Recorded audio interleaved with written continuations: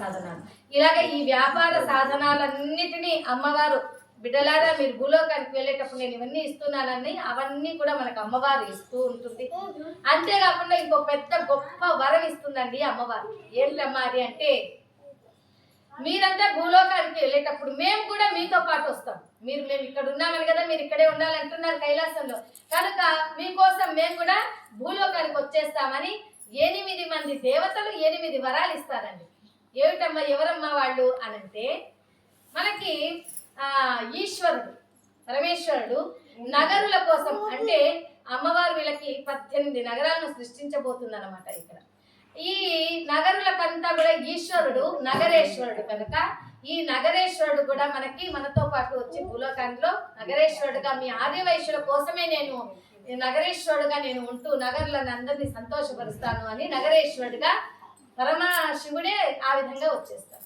ఆ తర్వాత పార్వతీదేవి, మరి శివుడు ఎక్కడుంటే పార్వతి అక్కడే కదా, అందువలన ఆ పార్వతీదేవి కూడా నేను కూడా వింధ్యవాసినిగా నేను వచ్చేస్తాను అని అమ్మవారు కూడా వింధ్యవాసినిగా వస్తుంది.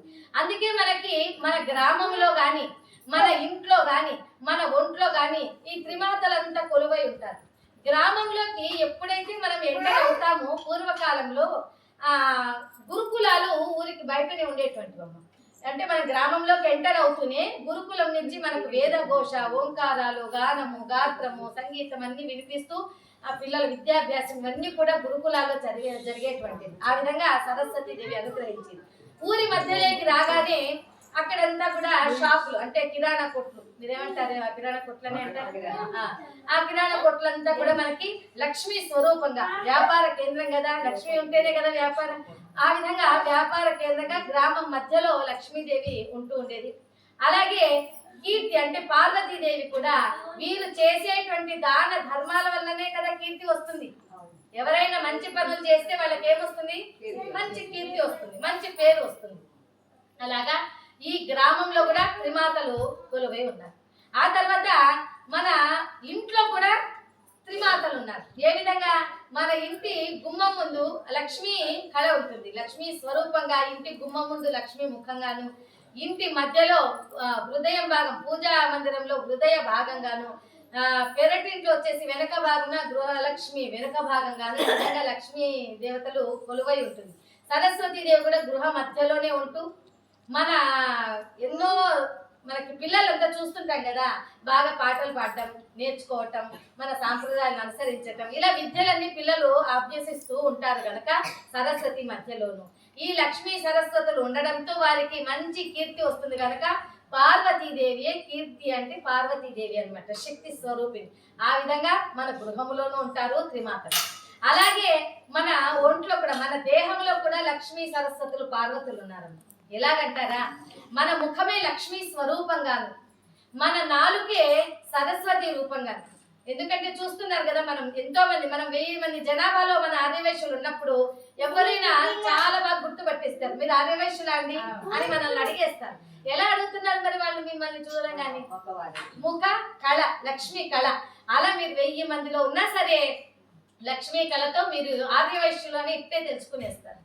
అలాగా లక్ష్మీ కళతోనూ మన నాలుక మీద సరస్వతి నాట్యం ఆడుతూ ఉంటుంది.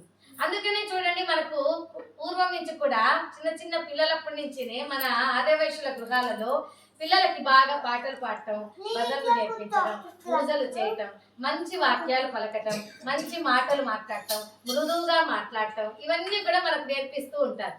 అంతేకాదండి, ఎవరైనా గ్రామంలో ఎటువంటి కులస్తుల వారైనా కూడా ఏ విధమైన గొడవకైనా ఏ విధమైన సలహాకైనా వాళ్ళు తీర్పు కోసం ఎవరి దగ్గరకు వస్తారయ్యా అంటే మన శ్రేష్ఠ గారి దగ్గరికి వస్తారు. ఓ ఆదివైశ్యులా మీరు చెప్పండి మాకు తీర్పు, ఇదిగో మాకు ఇలాగా ఒక సందేహం వచ్చింది, మాకు ఇలాగా ఒక తేడా వచ్చింది, బాంధవ్యాలుగా ప్రేమ మధ్యలో ఏదో గొడవలు వచ్చాయి అని వాళ్ళు మన దగ్గరికే తీర్పుకు వస్తారు.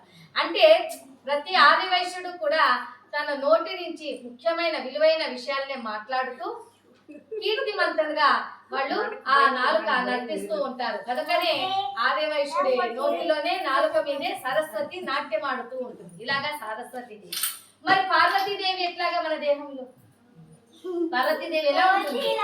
మనం ఏవైతే మంచి పనులు దాన ధర్మాలు చేస్తామో, ఎవరికైతే ఆకలిస్తున్నంత అన్నం పెడతామో, ఎవరికైతే మనకు అనేకమైన దాన ధర్మాలన్నీ చేస్తూ పూజలు చేస్తూ అందరిలో కూడా కీర్తిగా మనం